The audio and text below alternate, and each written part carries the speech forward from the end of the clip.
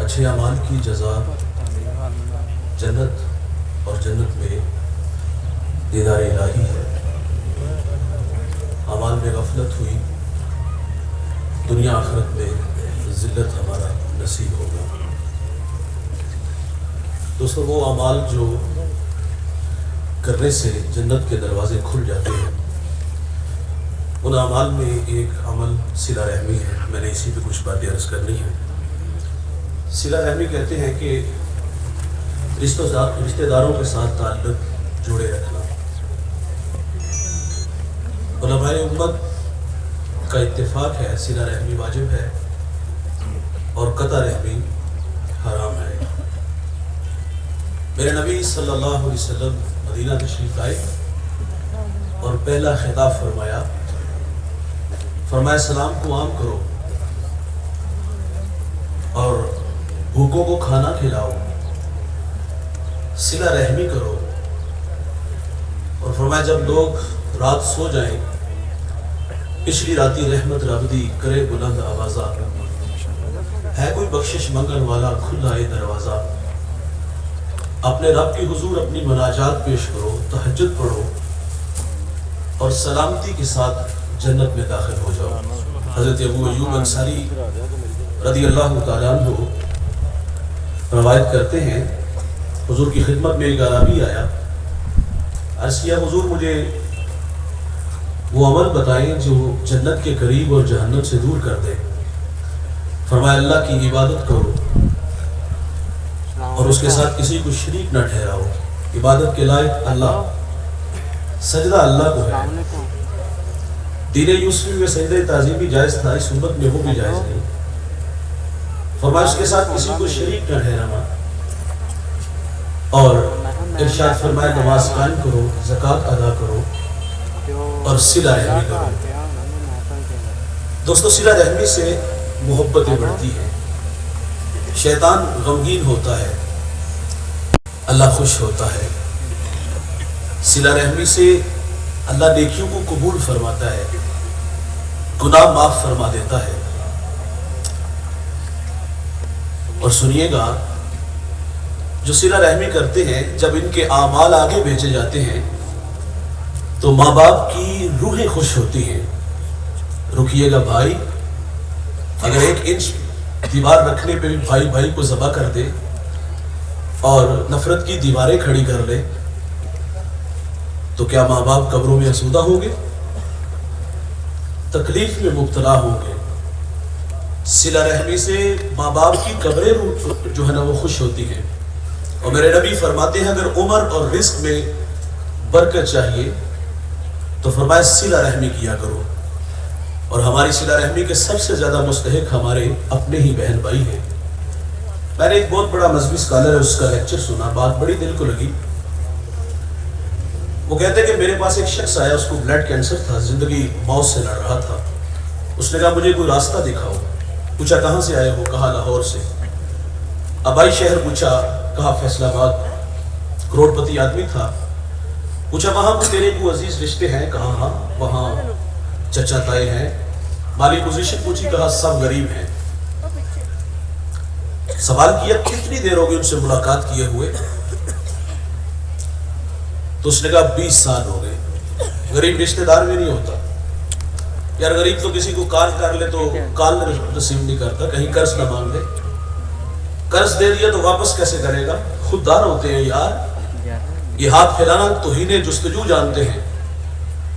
یہ تو رشتوں کی قدروں کو جانتا تھا، یہ چچا کا، یہ تائی کا، یہ مامے کا بیٹا ہے، لیکن وہ بھول گیا تھا کہ جہاں دولت ڈیرے جماتی ہے وہاں رشتے اور قدریں بدل جاتی ہیں۔ ہم نے زندگی میں بہت کم لوگ دیکھے جنہوں نے اپنے آغاز کو یاد رکھا، کہاں سے شروع ہوا اور آج کہاں آ کے کھڑا ہوا۔ اکثر لوگ، معذرت سے کہوں گا، اوقات بھول جاتے ہیں۔ ایک جملہ ہے ان لوگوں کے لیے، بھائی جان اوپر جانے میں بڑا ٹائم لگتا ہے لیکن اوپر سے نیچے آنے میں زیادہ ٹائم نہیں لگتا۔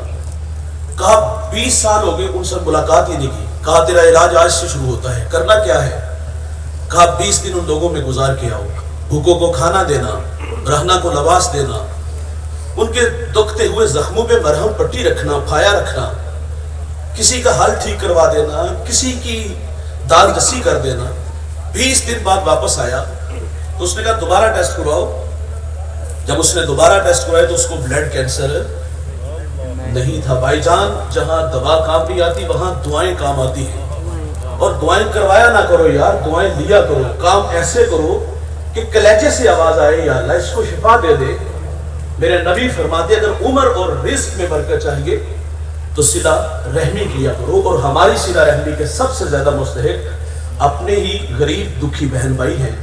اور میرے نبی فرماتے افضل صدقہ اپنے غریب اور ناراض رشتہ دار کو دینا ہے۔ جو کنگال رشتہ دار ہے اور ناراض ہے اس کو صدقہ دینا افضل ہے۔ ہم لوگ تو بدلے لیتے ہیں، ہم کہتے ہیں کل جب ہم غربت کی لکیر پہ کھڑے تھے اور اس کی معیشت آسمان کو چھو رہی تھی، یہ تو میرے باپ کے جنازے میں بھی نہیں آیا۔ میری ماں رشتہ لینے گئی تو اس نے اس وجہ سے انکار کیا کہ تیری جرت کیسے ہوئی، تو میری بیٹی کو 2 وقت کا کھانا نہیں دے سکتی۔ اس نے تو اپنی بہن کو گھر سے دھکے دے کے نکال دیا تھا۔ اس نے تو بہن سے رشتہ اس لیے توڑا کہ یہ غریب ہے، اور آج یہ اوپر سے نیچے آ گیا، یہ نیچے سے اوپر چلے گئے۔ امتحان تو ہے، مشکل تو ہے، لیکن ایسے کنگال اور ناراض رشتہ دار کو صدقہ دینا افضل ہے، کیونکہ یہاں نفس کی چال نہیں، اور یہاں اگر صدقہ دے گا تو یہ محض اللہ کے لیے دے گا تو اس کا اللہ کے ہاں اجر زیادہ ہے۔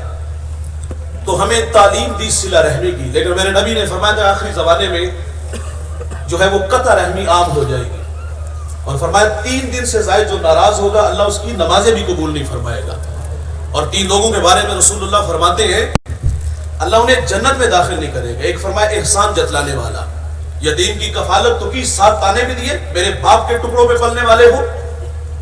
اور دوسرا فرمایا شراب کشید کرنے والا، اور تیسرا فرمایا رشتہ داروں سے تعلق توڑنے والا۔ لیلۃ القدر کی شب اللہ بڑے بڑے گناہ گاروں کی مغفرت فرمائے گا، لیکن جو تعلق توڑنے والا ہوگا اللہ اس کی مغفرت نہیں فرمائے گا۔ سیدنا ابو ہریرہ رضی اللہ تعالیٰ عنہ درس حدیث کے لیے تشریف فرما ہے، اور آغاز میں ہی فرما دیا کہ میری مجلس سے وہ شخص اٹھ کے چلا جائے جو اپنے رشتہ دار سے ناراض ہے۔ ایک نوجوان اٹھا اور وہ پھپھو کے گھر گیا، کئی سالوں سے ناراضگی تھی، اس سے جا کے معذرت کی، صلح ہوئی تو وہ پھپھو کہتی بیٹا ذرا ابو ہریرہ سے پوچھو سبب کیا ہے۔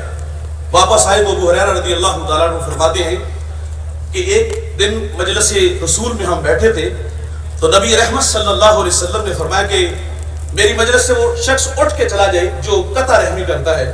ایک جوان اٹھا، وہ اپنی خالہ سے ناراض تھا، معذرت کر کے واپس آیا تو میرے نبی فرماتے جس مجلس میں ایک بھی قطع رحمی کرنے والا موجود ہوتا ہے فرمایا اس مجلس میں اللہ کی رحمت کا نزول نہیں ہوتا۔ اور آج کہانی دیکھ لو بھائی، چھوٹی چھوٹی بات پہ ناراضگی ہوئی اور پھر دیواریں اتنی اونچی نفرت کی ہم نے کھڑی کر لی۔ 20 سال بھائی سے ناراض ہے اور فخر سے بتاتا ہے، تھوک کے چڑھتا نہیں۔ میں کہتا ہوں یار کبھی ماضی کے دریچوں میں تمہیں اپنا بچپن اور بچپن کی حسین یادیں یاد نہ آئی؟ انگلی تھام کے چلنا، ایک دوسرے کے لیے دیوار بن جانا، ایک برتن میں کھانا کھانا، ایک بستر میں گھس جانا، بوڑھے باپ کو کام کرتے ہوئے دیکھنا، مزدوری کے لیے جاتے ہوئے دیکھنا، خواب دیکھنے کل کو ہم بڑے ہوں گے اسائی پیری بنیں گے، وہ خواب، وہ سپنے، وہ محبت کی کہانی بھول گئے یار۔ جھگڑا کس بات پہ ہوا؟ 1 انچ دیوار رکھنے پہ جھگڑا کس بات پہ ہوا؟ بچوں میں ناراضگی، بچے تو 10 منٹ بعد پھر کھلے میدان میں، لیکن اس نے نفرت کی دیواریں کھڑی کی اور پھر نفرتیں سنبھال کے رکھی۔ کہا کل کو یہ کلی کھل کے بڑی ہوگی، اور بیٹیاں تو بھائی سانجی ہوتی ہیں۔ یہ 20 سال بدلے کی آگ میں چلتا رہا اور انتظار میں رہا کہ کل کو یہ بڑی ہوگی تو اس کو میری ضرورت ہوگی۔ ظاہر ہے بھائی جب نئی رشتہ داری جوڑی جاتی ہے تو لوگ سوال تو کرتے چچا نہیں آیا، تایا کیوں نہیں آیا؟ تو اگر نہ آئے تو لوگ باتیں کرتے، یہ صرف اپنی ناک بچانے کے لیے بھائی سے معذرت کے لیے گیا، اور وہ انتظار میں ہے یہ آئے گا تو اس کو ٹھڈے ماروں گا، گالیاں دوں گا، برادری میں ذلیل کر کے نکالوں گا۔ اسے پتا کہ مجھے ذلت بھی اٹھانی پڑے گی، گالیاں بھی کھانی پڑے گی، دھکے بھی کھاؤں گا، یہ دھکے بھی ٹھڈے بھی سب کچھ کھا کے منا کے لے آتا ہے۔ اللہ کی رضا کا معاملہ ہوتا تو بھائی 20 سال ناراضگی رہتی نا، اور یہ محض ناک بچانے کے لیے اور وہ بدلہ لینے کے لیے بیٹھا ہوا تھا۔